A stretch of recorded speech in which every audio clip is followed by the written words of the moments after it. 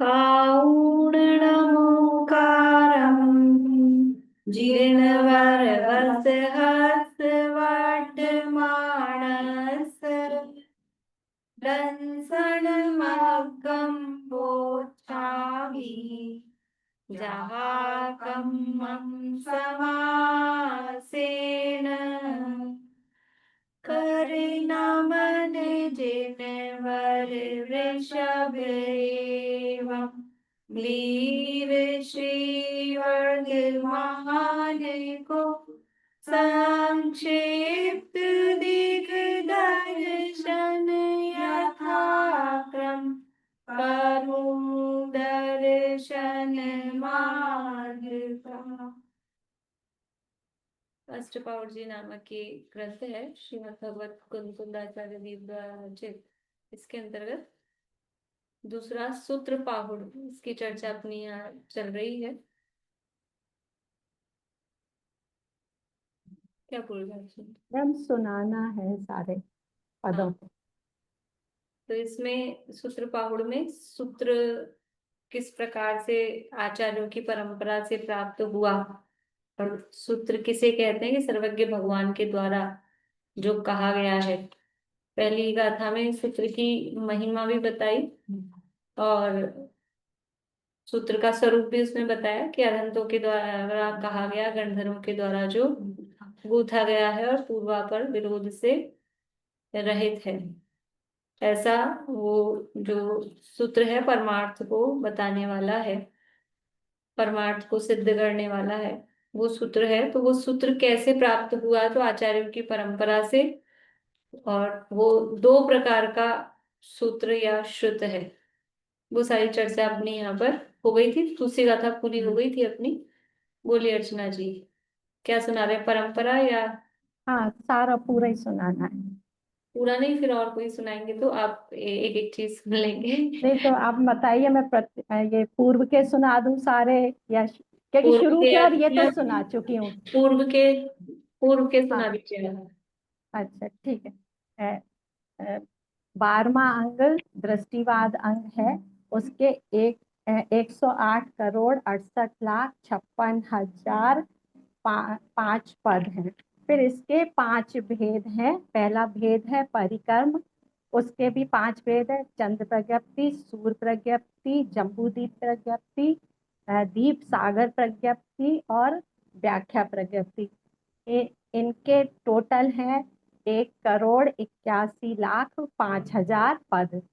फिर उसके बाद दूसरा भेद है सूत्र, इसके 88 लाख पद हैं। तीसरा है प्रथमान योग, इसके 5,000 पद हैं। फिर चौथा है पूर्वगत, इसके पहले उत्पाद पूर्व 1 करोड़, अग्रायणी पूर्व 96 लाख, वीर्यानुवाद 70 लाख, अस्ति नास्ति प्रवाद पूर्व 60 लाख। फिर ज्ञान प्रवाद 1 करोड़, 1 कम 1 करोड़, सत्य प्रवाद 1 करोड़ 6। फिर आत्म प्रवाद 26 करोड़। फिर कर्म प्रवाद 1 करोड़ 80 लाख। फिर प्रत्याख्यान पूर्व के हैं 84 लाख। विद्यानुवाद के हैं 1 करोड़ 10 लाख। कल्याणानुवाद के हैं 26 करोड़। प्राणवाद के हैं 13 करोड़। क्रिया विशाल के हैं 9 करोड़। त्रलोक बिंदु सात के हैं 12 करोड़ 50 लाख।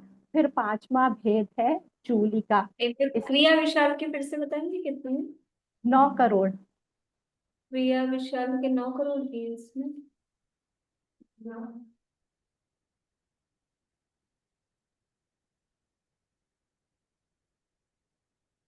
इसके 9 करोड़ ही है। 9 9 करोड़ है। एक बार हाँ देखेंगे, बोल। इसमें इसमें 5 करोड़ दिए हैं दूसरे में मेरे पास। एक बार जोड़ के देखेंगे इनको, लेकिन अपना वो उसमें कितने दिए हैं। ठीक है, आगे बोलिए आप। अच्छा, फिर लोग बिंदुसार के हैं 12 लाख। फिर 5वां भेद है इसका चूलिका, उसके भी 5 भेद है। जलगता, स्थलगता, मायागता, आकाशगता, रूपगता। प्रत्येक के 2,09,89,200 पद हैं। फिर इसके बाद है प्रकीर्णक, उसके 14 भेद हैं। सामायक, स्तवन, वंदना, प्रतिक्रमण, विनय, प्रतिकर्म, दशवैकालिक, उत्तराध्ययन, कल्प व्यवहार, कल्पाकल्प व्यवहार, महाकल्प, पुंडरीक, महापुंडरीक, निषिद्धिका। इस तरह से ये पूरा है। बहुत अच्छा, बहुत सुंदर, बहुत बढ़िया। बोलिए नूतन जी। ये 9 करोड़ ही ठीक है, 9 करोड़ करते हैं क्रिया विश्राम को। मैडम वो भी सुना दें, अंग 12 जो हैंगे 12, और इधर अंग बाह्य के 14 प्रकीर्णक, यही सुना सकते हैं। क्या सुना? 12 अंग सुना दीजिए। अंग बाई इन्होंने सुना दी ना अभी, आप 12 अंगों के नाम सुना दीजिए। वो आचारंग वाले ना मैम? आचार्य बताओ। हाँ। प्रथम अंग आचारंग 18,000 पद, सूत्रांग 36,000 पद, सूत्र कृतांग। कृत अंग 36,000 पद, स्थान अंग 42,000 पद, समवाय अंग 1,64,000, व्याख्या प्रज्ञप्ति अंग 2,28,000, ज्ञात्र धर्म कथा उसके हैंगे 5,56,000, उपासका अध्ययन 11,70,000, अंतःकृत दशांक उसके हैंगे 23,28,000, और फिर अनुत्रोप पादक 92,44,000, फिर प्रश्न व्याकरण 93,16,000, और फिर 11वां विपाक सूत्र 1,84,00,000, और दृष्टिवाद 108,68,56,500। टोटल टोटल कितना है 12 अंगों का? टोटल टोटल कितना था? नहीं किया है? टोटल नहीं किया मैम। कोई बात नहीं, टोटल और ये मैम अंग बाह्य के 14 प्रकीर्णक है ना, सामायिक, चतुर्विशंति, स्तव, वंदना, प्रतिक्रमण, वैनिक, प्रीतिक्रम, दशवैकालिक, उत्तराध्ययन, कल्प व्यवहार, कल्पाकल्प, महाकल्प, पुंडरीक, महापुंडरीक, और निषिद्धिका प्रकीर्णक। बहुत अच्छा, बहुत सुंदर, बढ़िया।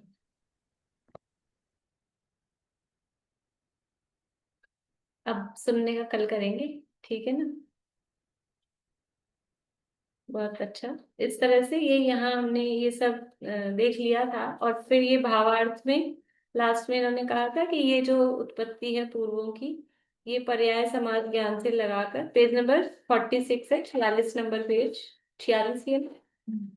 देख लीजिएगा, तीसरी गाथा के ऊपर का जो भावार्थ की अंतिम लाइन है, भावार्थ की अंतिम लाइन कि पूर्वों की उत्पत्ति पर्याय समास ज्ञान से लगाकर पूर्व ज्ञान पर्यंत 20 भेद हैं। तो ये पर्याय समास ज्ञान से लगाकर पूर्व ज्ञान तक 20 भेद हैं। इनका वर्णन जो घुमटसार कर्म कांड में शुद्ध ज्ञान मार्गणा के अंतर्गत दिया है, तो थोड़ा सा अपन 1-2 क्लास में जितना होगा, बहुत ज्यादा डिटेल में नहीं करेंगे, लेकिन है क्या विषय वस्तु है, थोड़ा हमको ख्याल में आए इसके लिए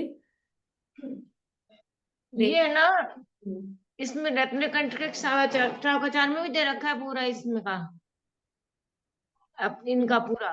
तो इसमें ये हाँ, लिखा है, इनमें 64 संयोग तक के अक्षर है। 64 संयोग मतलब वो सब इसमें आएगा। अभी अभी देखते हैं, थोड़ी सी चर्चा करते हैं ये ज्ञान मारना का जो ले रहे हैं ना, पर मैं वो छोड़ना चाह रही थी क्योंकि वो मेरे कोई को बात नहीं। पड़ेगा, लेकिन थोड़ा सा थोड़ा बता देंगे, आपने पूछा है तो।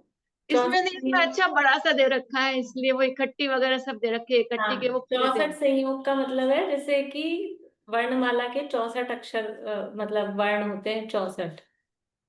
अभी बताती हूँ मैं आपको, पीपीटी में दिखाती हूँ। तो 64 होते हैं, जैसे स्वर कितने हैं, व्यंजन कितने हैं, फिर वो कुछ प्लुत होते हैं, कुछ ये मतलब व्याकरण वाली चीज है, तो वो 64 होते हैं टोटल मिलके। तो एक संयोगी अक्षर यानी क ख ग घ न च छ ज झ, ये सब कहलाएंगे एक संयोगी। फिर क और ख को मिलाओ, क और ग को मिलाओ, क और घ को मिलाओ, ये कहलाएंगे 2 संयोगी। फिर क ख ग घ 3 मिलाया तो ये 3 संयोगी। फिर क ख ग घ चार को मिलाया, तो ये चार से मतलब इन चारों का मिलके एक एक अक्षर कहला रहा है। वो जो उस दिन भी अपन ने बात की थी कि यहाँ अक्षर किसको ले रहे हैं हम, जिसे अक्षर कह रहे हैं वर्ण सिंगल, उसको अक्षर नहीं कह रहे हैं यहाँ। यहाँ पे तो शब्द को भी अक्षर ही कह रहे हैं। तो ऐसे ये चार संयोगी हुआ। फिर ऐसे पांच को मिलाओ, पांच संयोगी, फिर छह को मिलाओ, छह संयोगी, तो पूरे 64 को मिलाओ तो एक 64 संयोगी। तो 64 संयोगी कितना बनेंगे, एक बनेंगे। भाई 64 तो 64 ही ना। ऐसे करके वो पूरा बनाया है, मतलब ये इसमें दिया है ज्ञान मार्गना में। लेकिन वो सारी गणित वणित वो तो मैं मतलब नहीं वो ना, इसमें लिख क्योंकि रहा था विषय ये तो नहीं है, वरना अपनी गवर्नमेंट साथ चल जाएगा जीव का। नहीं मैं तो इसमें था ना, इसलिए मुझे समझ में नहीं आया। ये ईश्वर में आते हैं तो वर्णों के समूह से ही अक्षर बना। तो 64 को बताया आपने, तो 64 वर्णों के समूह से जो बना वो वाला अक्षर बनता है। हाँ, और जैसे अपना जो क भी होता है वो हलंत वाला होता है, उसमें हाँ, अ मिलता है। जो अपन क बोलते हैं, क हलंत वाला क प्लस अ मिलके जो क बना। तो ऐसे वो संयोगी अक्षर होते हैं इस तरह से। देखिए अभी अपन थोड़ा सा ये ज्ञान मार्गणा, शुद्ध ज्ञान के मार्गणा के आधार पे थोड़ी सी चर्चा, ये जो शुद्ध ज्ञान के 20 भेद यहाँ पर बताए हैं, ये स्क्रीन शेयर की इसमें नहीं है। यहाँ पे भी अगर अगर प्रकाश भैया वाली कोई हो तो आप उठा लीजिए, या कोई जीव कांड हो तो, वरना तो नहीं मिलेगी आप लोगों को। हाँ ज्योति जी मेरे पास है। नहीं, आपके पास है तो आप यहाँ नहीं है ना। हाँ नहीं, मैं यहाँ अभी भी यहाँ निकाल चाहिए। नहीं, वहां भी नहीं हूँ और मैं भी निकाल भी नहीं सकती। हाँ नहीं तो फिर कोई मतलब ही नहीं ना वो बताने तो से। अगर कोई आए तो मैं उनको दे सकती हूँ। नहीं अभी तो क्लास चालू है ना, अभी तो कौन है। देखिए यहाँ पे अपन शुद्ध ज्ञान किसे कहते हैं कि मति ज्ञान से जाने गए पदार्थ से के संबंध में विशेष जानना, उसको हम शुद्ध ज्ञान कहते हैं। तो यहाँ कहा कि मति ज्ञान के विषयभूत पदार्थ से भिन्न पदार्थ के ज्ञान, यानी मति ज्ञान ने जिसको विषय बनाया उससे भिन्न मतलब उससे एक्स्ट्रा जो जाना, तो वो शुद्ध ज्ञान कहलाता है। और ये शुद्ध ज्ञान नियम से मति ज्ञान पूर्वक होता है। अब ये मेरी बुक ले लीजिए आप लोग, मैं या तो उसी से कर लूंगी, या फिर सुनिए। यह ज्ञान नियम से मति ज्ञान पूर्वक ही होता है। शुद्ध ज्ञान है शुद्धम मति पूर्वम। इस शुद्ध ज्ञान के अक्षरात्मक शुद्ध ज्ञान और अनक्षरात्मक शुद्ध ज्ञान, इस तरह से पहले दो भेद देखो। अभी दो भेद एक किए थे अपन ने, अंग बाह्य अंग प्रवेश, ये अलग तरह से हुए। और द्रव्य शुद्ध भाव शुद्ध वो किए, वो अलग तरह से हुए। वह दो ही भेद कर रहे हैं लेकिन अलग अलग अपेक्षाओं से, अलग अलग तरह से। तो अब ये देखो, ये जो शुद्ध ज्ञान, जो द्रव्य अंग बाह्य और अंग प्रविष्ट जो शुद्ध ज्ञान का भेद किया है ना, वो शुद्ध का मतलब है द्वादशांग, मतलब जो जिनवाणी वाला शुद्ध। और यहाँ जो ये शुद्ध ज्ञान का भेद कर रहे हैं अक्षरात्मक और अनक्षरात्मक, ये शुद्ध ज्ञान है वो जो मति ज्ञान पूर्वक होता है। शुद्ध ज्ञान की भी मतलब दो पोजीशन समझ में आ रही है। शुद्ध ज्ञान मतलब एक तो जो सभी संसारी जीवों को है मति पूर्वम जो होता है, उसको भी शुद्ध ज्ञान कहते हैं। और जो जिनवाणी का ज्ञान है, जिनवाणी को भी शुद्ध कहते हैं ना, उसको भी शुद्ध ज्ञान कहते हैं। तो जो अंग बाह्य और अंग प्रविष्ट ये वाले जो भेद किए, ये तो वो शुद्ध, हाँ जिनवाणी वाले शुद्ध के रूप में है। और अभी ये जो अक्षरात्मक और अनक्षरात्मक ये जो भेद कर रहे हैं शुद्ध ज्ञान के, ये है वो जो शुद्ध ज्ञान है मति ज्ञान पूर्वक, जो सामान्य शुद्ध ज्ञान है सबको होता है। हाँ उसके ये दो भेद हैं, अक्षरात्मक शुद्ध ज्ञान और अनक्षरात्मक शुद्ध ज्ञान। ठीक है, तो अक्षरात्मक शुद्ध ज्ञान क्या है कि जो, हाँ मतलब अक्षर पद इससे जो ज्ञान होता है वो भाषा अपन बोल रहे हैं, लेकिन मतलब अक्षरों से जो होता है वो अक्षरात्मक। और जो अक्षर से नहीं हो रहा है वो कहलाता है, लिंग से चिन्ह से जो उत्पन्न है वो कहलाता है अनक्षरात्मक। जो किसी लिंग से या चिन्ह से उत्पन्न है उसको कहते हैं अनक्षरात्मक। ये अपन ने तत्वार सूत्र में भी पढ़े हैं। हाँ तत्वार सूत्र में भी ये सब अपन ने पढ़े हुए हैं। यानी कि जो कर्ण इंद्रिय से जो ज्ञान होता है, कर्ण इंद्रिय से जो ज्ञान अक्षरों का शब्दों का अपने को ज्ञान होता है। माइक किसका चालू है?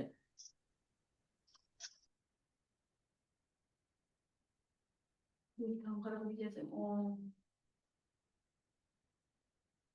तो जो कर्ण इंद्रिय से जो अपने को हो रहा है ना, मुख्य रूप से वो अक्षरात्मक है। और जो अन्य इंद्रियों से जो अपने को शुद्ध ज्ञान होता है, शुद्ध ज्ञान तो होता है ना, स्पर्शन इंद्रिय से जो हमने जाना, रसना इंद्रिय से जाना, वो भी तो शुद्ध ज्ञान है। तो उसको भी मतलब अन्य चिन्ह से जो हो रहा है उसको भी उसको अनक्षरात्मक शुद्ध ज्ञान के अंतर्गत ले सकते हैं। तो जो ये अक्षरात्मक शुद्ध ज्ञान है वो किन के होता है और अनक्षरात्मक शुद्ध ज्ञान किन के होता है, वो यहाँ कह रहे हैं कि एक इंद्रिय से पंचेंद्रिय तक के जितने जीव हैं सबको अनक्षरात्मक शुद्ध ज्ञान होता है। लेकिन अक्षरात्मक शुद्ध ज्ञान है अक्षर रूप से, वो केवल पंचेंद्रिय को ही होगा, क्योंकि कान भी किसके पास होते हैं, पंचेंद्रिय के पास ही होते हैं। और बाकी की बातें ठीक है, बस स्वामी की बात है मेन अपने को कि अनक्षरात्मक शुद्ध ज्ञान है वो एक इंद्रिय से पंचेंद्रिय तक सब जीवों को शुद्ध ज्ञान होता है। ऐसा नहीं है कि किसी जीव को शुद्ध ज्ञान ना हो। तो एक इंद्रिय से पंचेंद्रिय तक सब जीवों को शुद्ध ज्ञान है। अनक्षरात्मक शुद्ध ज्ञान तो है, अपने को है कि नहीं अनक्षरात्मक शुद्ध ज्ञान, कि जिनको अक्षरात्मक शुद्ध ज्ञान है उनको अनक्षरात्मक तो है ही है, लेकिन जिनको अनक्षरात्मक है उनको जरूरी नहीं है कि अक्षरात्मक ज्ञान भी हो। ठीक है, अब ये शुद्ध ज्ञान के जो भेद हैं, गाथा वगैरह नहीं पढ़ रहे अपन, खाली स्लाइड देख लेते हैं कि शुद्ध ज्ञान के भेद, जो अनक्षरात्मक शुद्ध ज्ञान है उसके हैं 2 भेद, और जो अक्षरात्मक शुद्ध ज्ञान है उसके हैं 18 भेद। ऐसे करके जो यहाँ दिया था 20 भेद हैं, पूर्व ज्ञान पर्यंत 20 भेद जो कहे, तो ऐसे मिला के 20 भेद होते हैं अनक्षरात्मक और अक्षरात्मक दोनों को मिला के। तो अनक्षरात्मक शुद्ध ज्ञान में क्या आएगा, पर्याय और पर्याय समास, ये 2 ज्ञान है, ये है अनक्षरात्मक शुद्ध ज्ञान। और आगे अक्षर अक्षर समास लेके अभी अपन नाम सारे पढ़ेंगे, वो सारे 18 प्रकार के भेद वो है अक्षरात्मक शुद्ध ज्ञान के। अब ये जो अनक्षरात्मक शुद्ध ज्ञान है 2 है, इसका भी स्वरूप अभी अपन देख रहे हैं, पर्याय पर्याय समास किसे कहते हैं। इसके भेद हैं, आंटी ये नहीं चलाना, डबल नहीं चलाना, पर वो डबल आवाज आए। हाँ, या तो आवाज बंद कर लीजिए। हाँ ठीक। तो जो पर्याय और पर्याय समास, पर्याय ज्ञान है वो एक ही प्रकार का है, अभी स्वरूप अपन देख रहे हैं, और जो पर्याय समास ज्ञान है उसके असंख्यात लोक प्रमाण भेद। ये कहाँ से चल रहा है, अष्टपाउड़ी है ना? न अष्टपाउड़ी है, लेकिन ये थोड़ा सा कोमट सार्जी जीव कांड के आधार पे जो अपन ने पढ़े थे ना द्वादशांग का स्वरूप, हाँ तो उसी में शुद्ध ज्ञान के भेद ये कहाँ से आए हैं, मतलब अभी तो लग रहा है क्या चल रहा है, लेकिन अपन थोड़ा आगे बढ़ेंगे तो अपन ने जो पढ़ के अपन जो आए हैं ना वो आया कहाँ से है वो मिलेगा अपने को, इसलिए मैं ले रही हूँ। अच्छा अच्छा। अभी आप लोगों के इस पास बुक अगर में नहीं है ना? इसमें नहीं है, या तो प्रकाश जी छाबड़ा वाला आपके पास गोमट सार जीवकांड हो तो उसमें मिल सकता वो है, वाइट वाली बुक, वाइट वाली बुक, व्हाइट वाली हाँ वो है। गोमट सार। हाँ हाँ। उसमें कितने पेज पे है? पेज नंबर तो आपको देखना पड़ेगा, इंडेक्स में देख लीजिए, ज्ञान मार्गणा के अंतर्गत शुद्ध ज्ञान, क्योंकि मेरे पास वो वाली नहीं है प्रकाश भैया वाली, लेकिन ये चीजें मिल जाएगी आपको थोड़ी बहुत, बाकी मैं दिखाई रही हूँ। 157 में है उसमें। 157 157 पे है।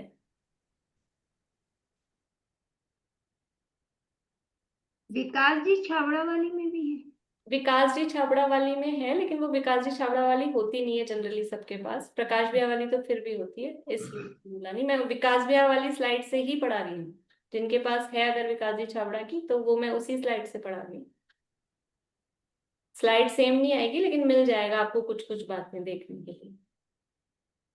देखिए, तो पहले बात समझ में आई, शुद्ध ज्ञान मति ज्ञान पूर्वक होता है, ठीक है, सभी संसारी जीवों को यानी सूक्ष्म ज्ञान वाले सभी जीवों को शुद्ध ज्ञान होता है।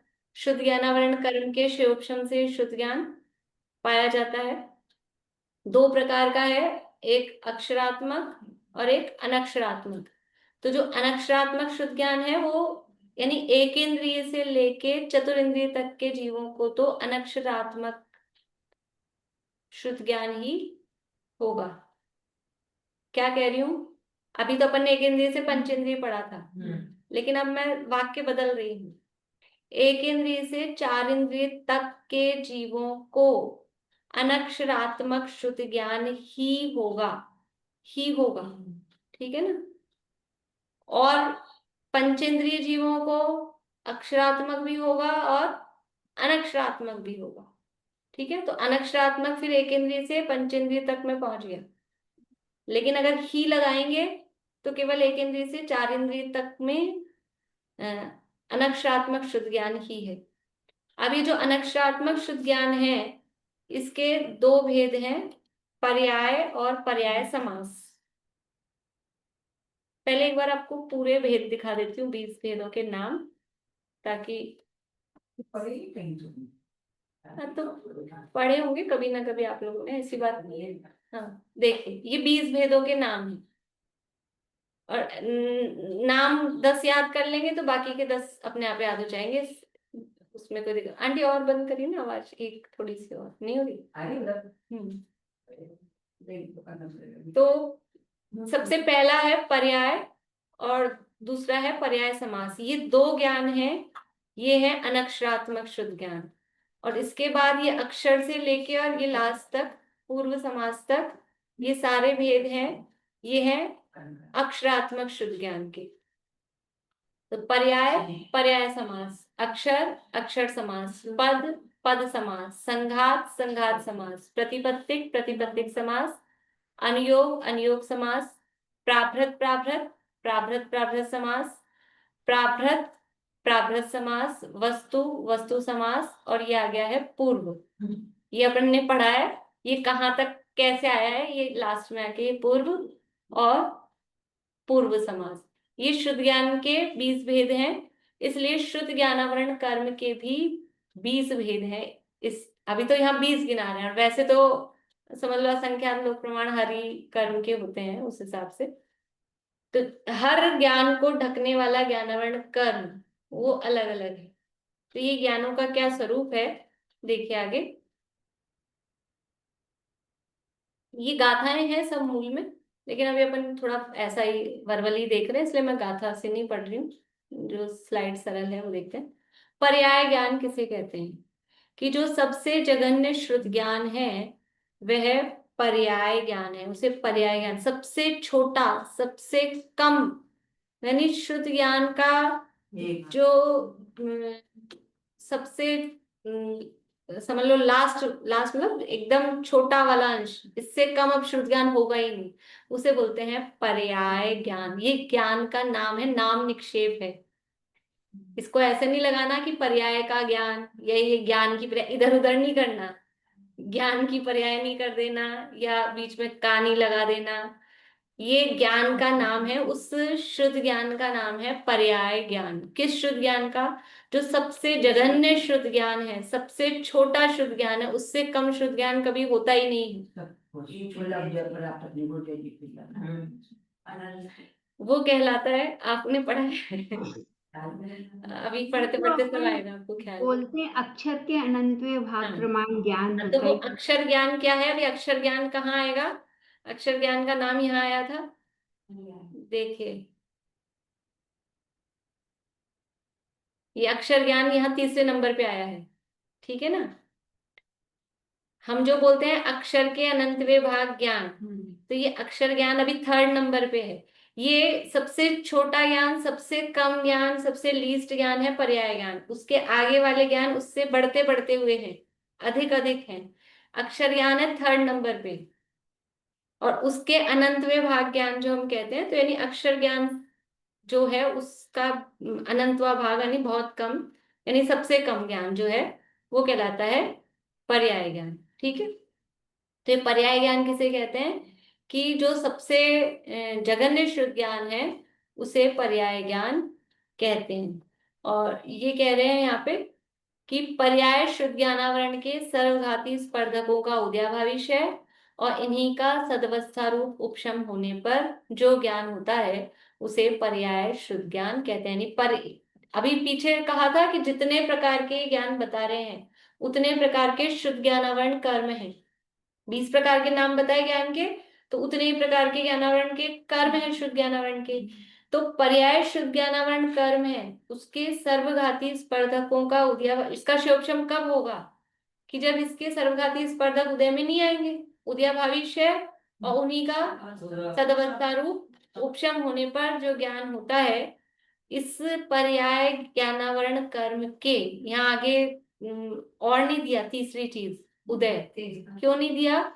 क्योंकि इस पर्याय शुद्ध ज्ञानावरण कर्म के किसी भी स्पर्धक का, यानी सर्वघाती स्पर्धकों का तो उदय कभी आता ही नहीं है, और देशघाती स्पर्धकों का उदय भी, जो जिसको ये सबसे कम ज्ञान होगा। समझ में आ रहा है ना आप लोगों को? कठिन तो नहीं पड़ रहा? जिस जीव को, ये किस जीव को होगा वो भी अपन आगे वाली स्लाइड में देख रहे हैं, जिस जीव को ये सबसे छोटा ज्ञान है, उस जीव को इस पर्याय शुद्ध ज्ञानावरण कर्म के सर्वघाती स्पर्धकों का उदय भी नहीं आएगा कभी, वर्तमान कालीन का भी नहीं आएगा, भविष्यकालीन का सदवस्था रूप उपशम है, और उसके जो देशघाती स्पर्धक हैं उनका तो उदय आएगा ना, कि उनके देशघाती स्पर्धकों का भी उसके उदय नहीं होता है, उसके देशघाती स्पर्धकों का उदय आगे वालों के आएगा। इस पर्याय, वरना उसके देशघाती स्पर्धकों का भी उदय आ जाएगा तो ये वैसे ही सबसे कम है, उसमें भी क्या कम होगा। इसलिए ये जो कहते हैं ज्ञान का जो जगन्य अंश है, जो निरावरण रहता है, जो ज्ञान का अंश सदा प्रकट रहता है, जो चमकता रहता है, ये वो ज्ञान है। इस ज्ञान का अभाव कभी नहीं होता जीवों के। यदि इस ज्ञान का भी अभाव हो जाए जीव के तो क्या होगा? वो जीव जड़ हो जाएगा। इसलिए ये सबसे छोटा ज्ञान, सबसे जघन्य ज्ञान है, इससे कम ज्ञान कभी किसी जीव के नहीं होता। इसे कहते हैं पर्याय ज्ञान। देखिए आगे, इस पर्याय शुद्ध ज्ञानावरण कर्म का क्षयोपशम सभी जीवों के पाया जाता है, अर्थात इस पर्याय शुद्ध ज्ञानावरण के सर्वघाती स्पर्धकों का उदय कभी आता ही नहीं। यदि आ जाए तो जीव के ज्ञान का ही अभाव हो जाए, और ज्ञान के अभाव में जीव का भी अभाव होगा। अब ये कैसा है पर्याय ज्ञान? तो कह रहे हैं नित्य उद्घाट, यानी सदाकाल प्रकाशमान है, निरावरण है, इतने ज्ञान का कभी भी आच्छादन नहीं होता। और इसका स्वामी कौन है? सूक्ष्म निगोदिया लब्धिया पर्याप्तक जी। सूक्ष्म निगोदिया लब्धिया पर्याप्तक समझ में आता है सबको? अभी मैं एक एक शब्द की यहाँ, क्योंकि मेरे हिसाब से सबको समझ में आता है, इसलिए जिनको कोई भी शब्द नहीं समझ में आ रहा हो ऐसा हो तो आप पूछ लेना, वरना मैं उतनी डिटेल दिन की जैसी नहीं कर रही हूँ एक एक शब्द की, क्योंकि जब पता ही है सबको तो क्यों अपन आगे बढ़ेंगे जल्दी। तो सूक्ष्म निगोदिया लब्धिया पर्याप्तक, सूक्ष्म समझ में आता है, जो बादर नहीं है, जो ना किसी को रोकता है ना दूसरों से रोकता है, वो सूक्ष्म है। निगोदिया यानी साधारण वनस्पति, साधारण नामकरण के उदय वाला, और लब्धिया पर्याप्तक यानी अपर्याप्त नामकरण का जिसके उदय है, ऐसा जो जीव है उसी के ये जगन्य श्रुत ज्ञान, पर्याय नाम का श्रुत ज्ञान उसी जीव के होता है। तो क्या उस जीव के हर समय यही ज्ञान रहता है, इतना ही ज्ञान रहता है? तो कह रहे हैं आगे नहीं, ये जो पर्याय नाम का ज्ञान है ये उस सूक्ष्म निगोदिया लब्धिया पर्याप्तक को भी कब होता है, किस समय होता है? कि आप लोगों ने वो सुना होगा, लगातार जो अपर्याप्त के भाव करते हैं, शुद्र भाव जिसे कहते हैं, एक अंतर मूर्त में लगातार श्वास के 18वें भाग जन्म मरण जन्म मरण, तो एक अंतर मूर्त में कितने भाव हो सकते हैं ऐसे?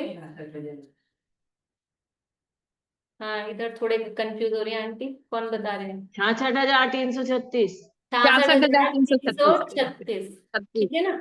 एक अंतर्मूर्त में जो अपर्याप्त के भव हैं 66,336 लगातार होते रहे तो वो होते हैं 66,336। तो वो एक इंद्रिय से पंचेंद्रिय तक सभी अपर्याप्त के मिला के हैं। अभी वो पूरे नहीं गिना रही हूं मैं, एक इंद्रिय से पंचेंद्रिय तक सभी अपर्याप्तकों के कुल मिलाकर एक अंतर्मूर्त में कंटिन्यू चलते रहे तो वो 66,336 होते हैं। उसमें से सूक्ष्म निगोदिया जो है उसके होते हैं 6,012, सूक्ष्म निगोदिया के होते हैं 6,012, ठीक है? तो वो जो 6,012 भाव 6,012वां जो उसका अंतिम भव है अपर्याप्त दशा में, उसका वो जो 6,012वां अंतिम भव है, उस अंतिम भव में जब वो अंतिम भाव में विग्रह गति में गमन कर रहा है।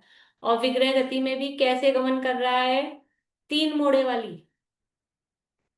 3 मोड़े वाली, देखो ये जो भाव होते हैं ना, ये लगातार अपर्याप्त अपर्याप्त क्यों बन रहा है जीव, और अपर्याप्त अपर्याप्त बन रहा है तो उससे संक्लेश बढ़ता है, संक्लेश हो रहा है कंटिन्यू। विशुद्धि होती तो अपर्याप्त क्यों बनता भाई? अपर्याप्त ही अपर्याप्त बन रहा है। अपर्याप्त होना पुण्य का उदय, पाप का उदय, पाप प्रकृति है। तो वो संक्लेश की वृद्धि हो रही है और वो संक्लेश बढ़ रहा है। और जैसे जैसे वो भाव बढ़ते जा रहे हैं, मतलब पहला भाव हुआ, उसका दूसरा हुआ, तीसरा हुआ, चौथा हुआ, 5000वां हुआ, 6000वां हुआ, फिर अब 6000वां, 12वां भाव अंतिम वाला भाव है, तो वो संक्लेश कितना बढ़ गया है उसका। तो वो संक्लेश इतना बढ़ गया है और वो 3 मोड़े वाली वो गति करता है। जो विग्रह गति करता है 3 मोड़े वाली करता है। तो उसमें भी कल्पना दी ऐसा बताती थी कि वो इतना थक गया है जन्म मरण कर करके कि सीधा जाके जन्म नहीं लेता है वो। जैसे ऐसा होता है ना, अपन थक जाते हैं तो रुक रुक के कहीं जाना हो तो ऐसा। तो 3 मोड़े वाली, मतलब वो ऐसा उदाहरण में बताते थे, 3 मोड़े वाली उसकी गति होती है। तो वो विग्रह गति का जो पहला समय है उसका सूक्ष्म निगोदिया लब्धि या पर्याप्त के 6000वें 12वें भाव में, 6012वें भाव में जो पहला समय है विग्रह गति में, उस समय उसके ये पर्याय नाम का जगन्य शुद्ध ज्ञान पाया जाता है। उसके बाद में, क्योंकि उस समय उसका संक्लेश सबसे अधिक है। एक नियम आप लोगों को बताया हुआ है, संक्लेश और ज्ञानावरण का क्षयोक्षम क्या संबंध है इनमें? संक्लेश मतलब कषायों की वृद्धि। हाँ, बराबर दीपिका जी बढ़िया बढ़िया बता रहे हैं कि यदि संक्लेश बढ़ता है तो ज्ञान क्या होता है? कम होता है। ज्ञानावरण कर मतलब संक्लेश बढ़ रहा है तो समझ लो इधर ज्ञानावरण कर्म भी बढ़ रहा है, उसका उदय भी बढ़ रहा है, ऐसा समझ लो। और अपन ज्ञान की तरफ से कहो तो ज्ञान कम होता है। संक्लेश बढ़ता है तो ज्ञान कम होता है, और संक्लेश कम होता है तो ज्ञान प्रकट होता है, उगड़ता है। ऐसा ये नियम है।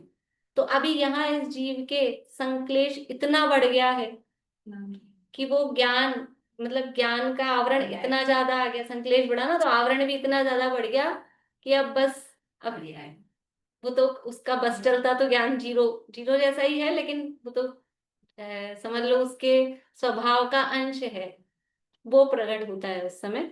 तो केवल उसी समय पर ये जगन्य पर्याय नाम का ज्ञान उस जीव को होता है, उसके बाद नहीं, उसके आगे पीछे नहीं, और किसी को भी नहीं, केवल उस समय। ठीक है, किसको होता है देखिए, अब यहाँ स्लाइड में स्वामी दिया है, यहाँ से दिखाते हैं।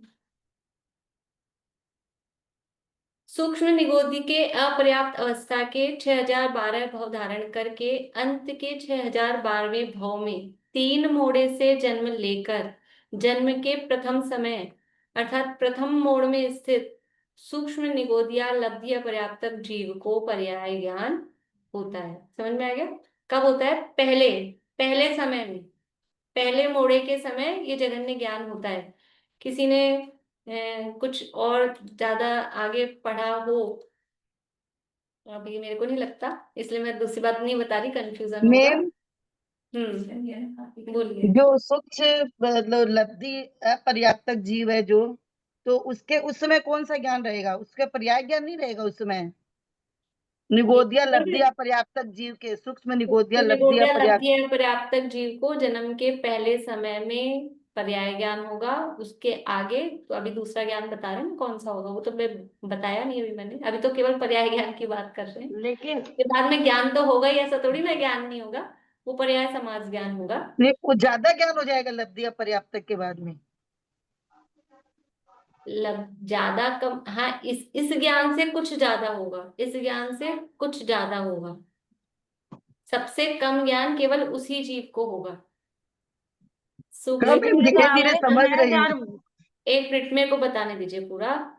सूक्ष्म निगोदिया लब्धि अपर्याप्तक जीव को जगन्य ज्ञान है, पर्याय ज्ञान है, ठीक है। एक सूक्ष्म निगोदिया लब्धि अपर्याप्तक वो है जो जन्म के पहले समय में है, 6012वें भाव के पहले समय में है। और एक सूक्ष्म निगोदिया लब्धि अपर्याप्तक, अब यही जीव, अब इसको जन्म लिए हुए 10 समय हो गए, 20 समय हो गए, है ना, समय बढ़ गए, तो अब इसको ये जगन्य ज्ञान नहीं होगा, अब थोड़ा सा ज्ञान बढ़ेगा, तो वो उसका नाम है पर्याय समास। वो आगे अपन बात कर रहे हैं, वो कहलाएगा पर्याय समास ज्ञान। बोलिए आशा आंटी। या तो आपने 6012वें भाव की बात बता रहे हैं आप, उससे पहले 6011 भाव में? उससे पहले 6011 भाव में सब में पर्याय समास ज्ञान, यानी ये यही ज्ञान बात केवल मैं इसी समय होगा, पर्याय ज्ञान केवल इसी समय होगा जब वो 6012वां भाव उसका होगा और जन्म का पहला समय, और 3 मोड़े से वो जब जन्म ले रहा होगा, 3 मोड़े से जन्म ले, अदरवाइज पर्याय समास ज्ञान ही होगा। पर्याय अगर समास ये ज्ञान नहीं हो, कंडीशन पूरी नहीं हो रही है तो पर्याय समास ज्ञान ही होगा। पर्याय समास ज्ञान और पर्याय ज्ञान में क्या अंतर है? वो अभी बता रही हूँ ना मैं, तो आगे मैंने अभी एक एक तो अभी पर्याय ज्ञान तो बताएं, उसके आगे फिर पर्याय समास वही ज्ञान मेरे बता को रही भी यही कंफ्यूजन था कि जो आप हाँ, तो बोले ना कि मैं बोल रही हूँ ना कि मैं नहीं, बता मेरा रही हूँ। क्वेश्चन दूसरा था। मैं हाँ, वही बोलिए आपका क्वेश्चन कि बोलिए। मतलब जो 6011 बार वो जन्म लेके मर रहा है, थक गया, उस समय कौन सा ज्ञान होता है? तो बताया ना मैंने, अभी आंटी ने ये पूछा ना, पर्याय समास ज्ञान होता है, उसमें पर्याय पर्याय समास ज्ञान। समास। हाँ, अभी इतनी बात समझ में आई? मतलब विषय एकदम नया है, और पूरा एक ही बार में समझ में आ जाएगा कोई जरूरी नहीं है, लेकिन मैंने इसलिए ले लिया कि कुछ ये भी विषय है, ये भी अपने को थोड़ा सा ट्रेलर कहें, टेस्ट कहें, थोड़ा सा पता लग जाए, ये भी विषय मैम है। एक बात और बोलना चाह रही हूँ, इसका हाँ पूरा बोलिए। पीडीएफ या नोट्स भेजिएगा, क्योंकि लिख नहीं पा रहे हैं और इसका हाँ चाहिए। हाँ, ये ये आप थोड़ी सी वो कर दीजिएगा हम लोगों के ऊपर देखिए, कृपा। ठीक है, इतना समझ में आया। अभी आगे देखिए। अभी मैं इसलिए बहुत ज्यादा व्याख्या भी नहीं कर रही, जितना जितना है उतना ही, कि एक बार इतना समझ में आ जाए। ये है अपना पर्याय ज्ञान।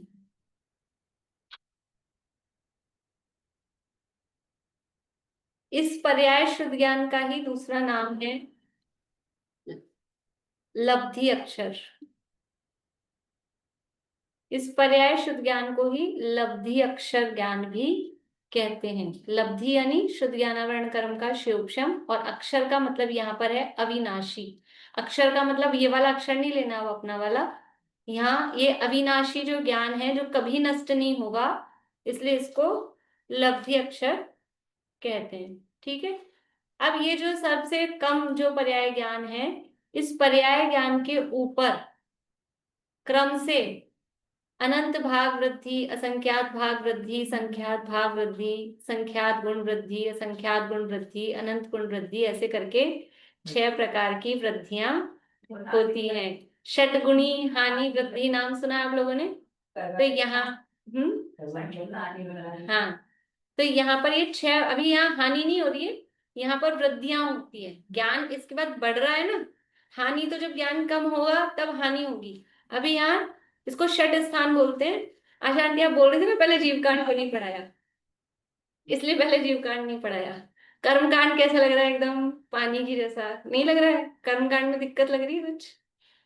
यहाँ ये चीजें हैं। इसलिए पहले अभी वो सुन के थोड़ा वो हो जाए, तब ये चले। तो ये जो जघन्य ज्ञान है, लेकिन हम ज्यादा डल हो जाएंगे बाद में। नहीं रहेंगे, डल नहीं होंगे। मैं हूं ना खींचने को आपको। पर्याय ज्ञान के बाद में, जिसको ये पर्याय ज्ञान है, इसके बाद में ज्ञान बढ़ता है, तो ज्ञान भी क्रम से बढ़ता है। क्या इसका पूरा यंत्र है, पूरा इसका यंत्र है, वो सब अभी अपन नहीं कर रहे हैं, लेकिन मैं आपको बता रही हूँ, ये पूरा इसका यंत्र है, किस तरह से ये वृद्धियां होती हैं। ये देखिए, ये पूरा देख लीजिए, ये यंत्र है पूरा, ऊ चार ऊ चार।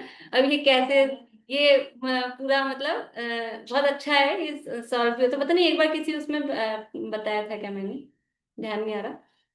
तो पर अभी अब मोटा मोटा मैं आपको बता रही हूँ कि ये कैसे वृद्धियां होती हैं। तो इसके लिए 6 जो चीजें ये दिए हैं, कि अनंत भाग, अनंत, असंख्यात और संख्यात, 3 चीजें आती है, 3 शब्द समझ में आते हैं।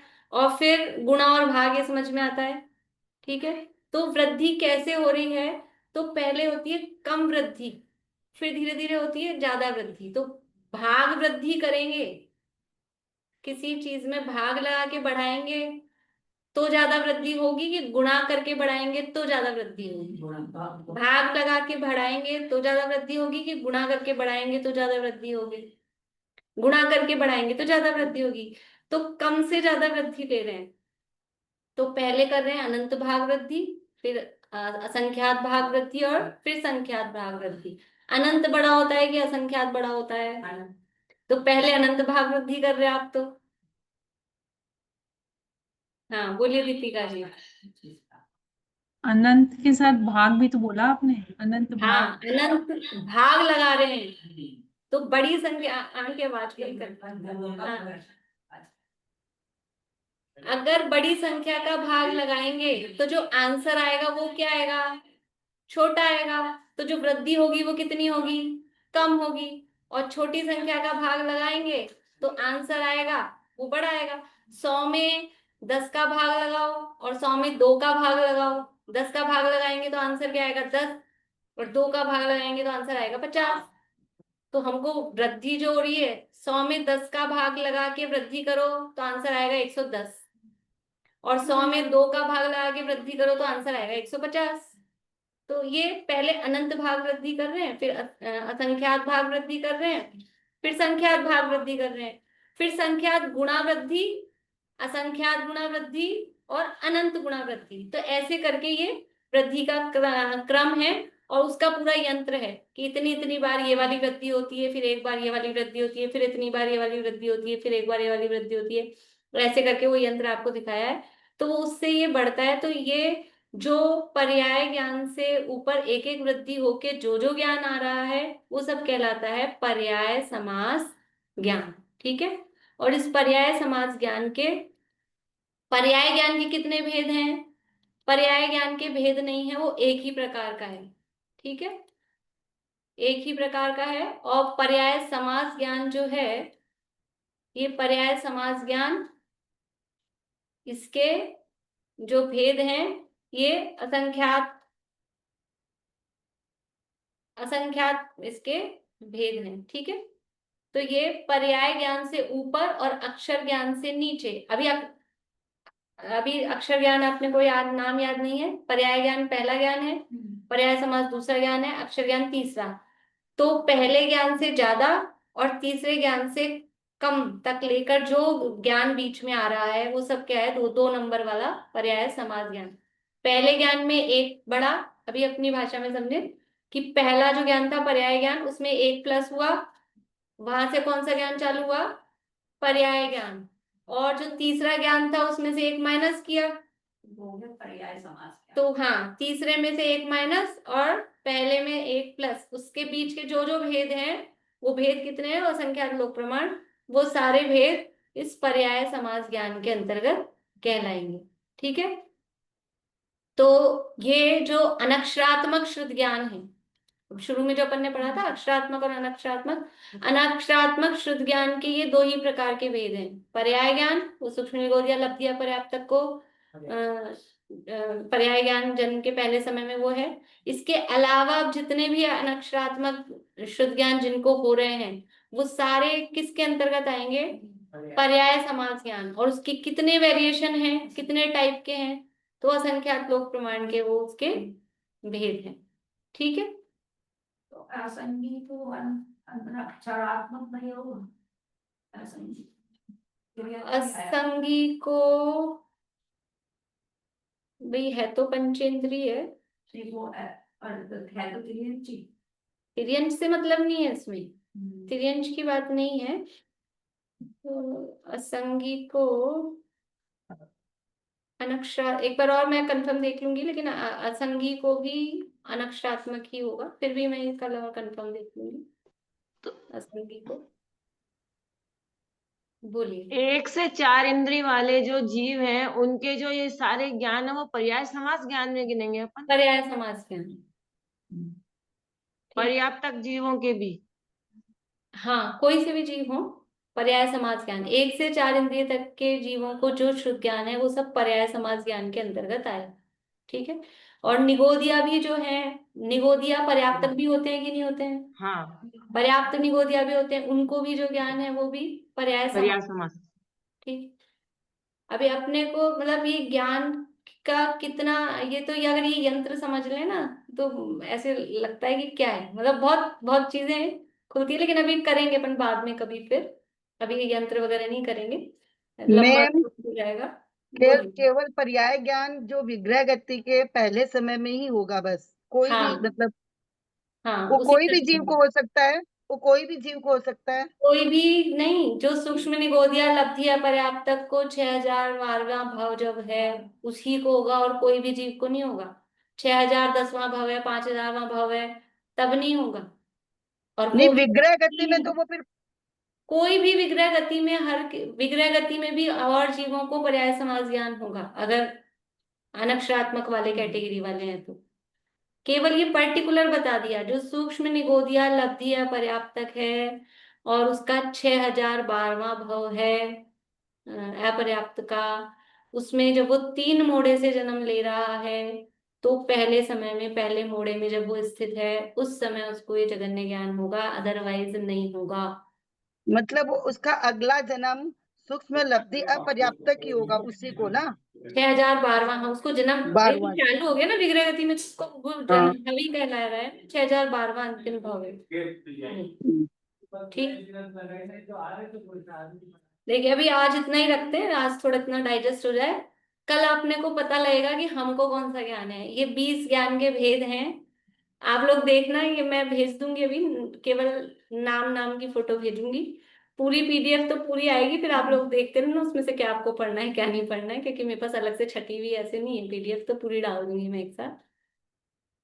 तो एक एक फोटो अलग से भेज दूंगी 20 नामों की, तो आप लोगों को गैस करना है, अंदाज लगाना है कि अपने को कौन सा ज्ञान हो सकता है इन सब में से।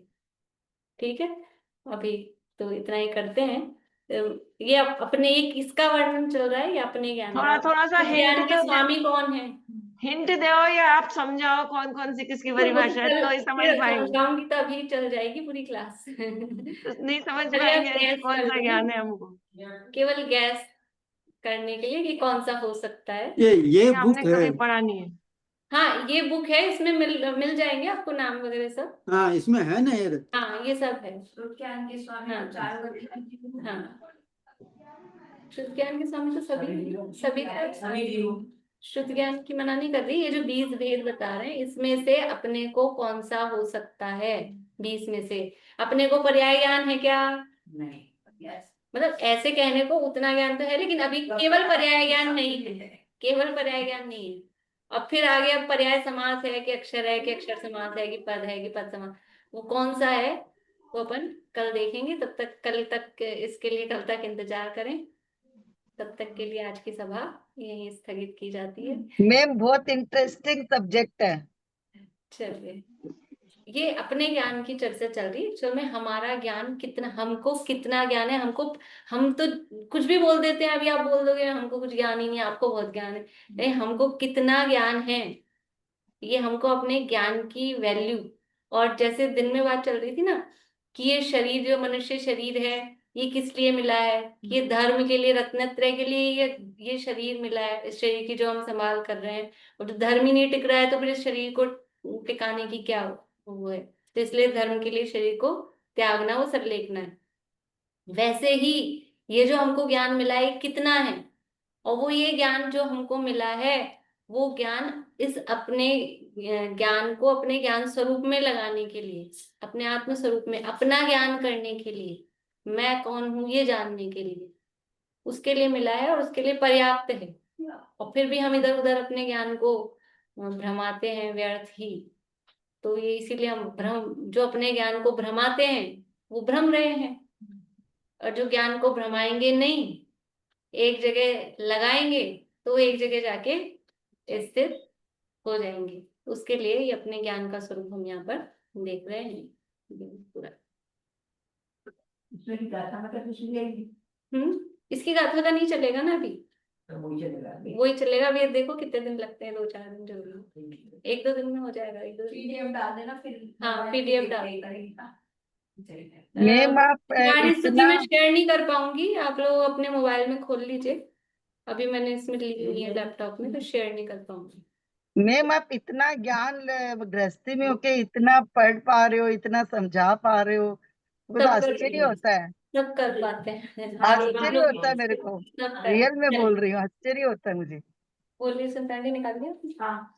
क्षण आ, आ, क्षण प्रशायो की प्रसंगी बने श्यामा, मोरी जनों के संग में सुख शांति है वो कहाँ, जग संगति से तो बड़ी दुखमय भ्रमण तेरी, निर्ग्रंथता की भावना अब वो सफल मेरी, तेरा हो आराधना में हर घड़ी मेरी।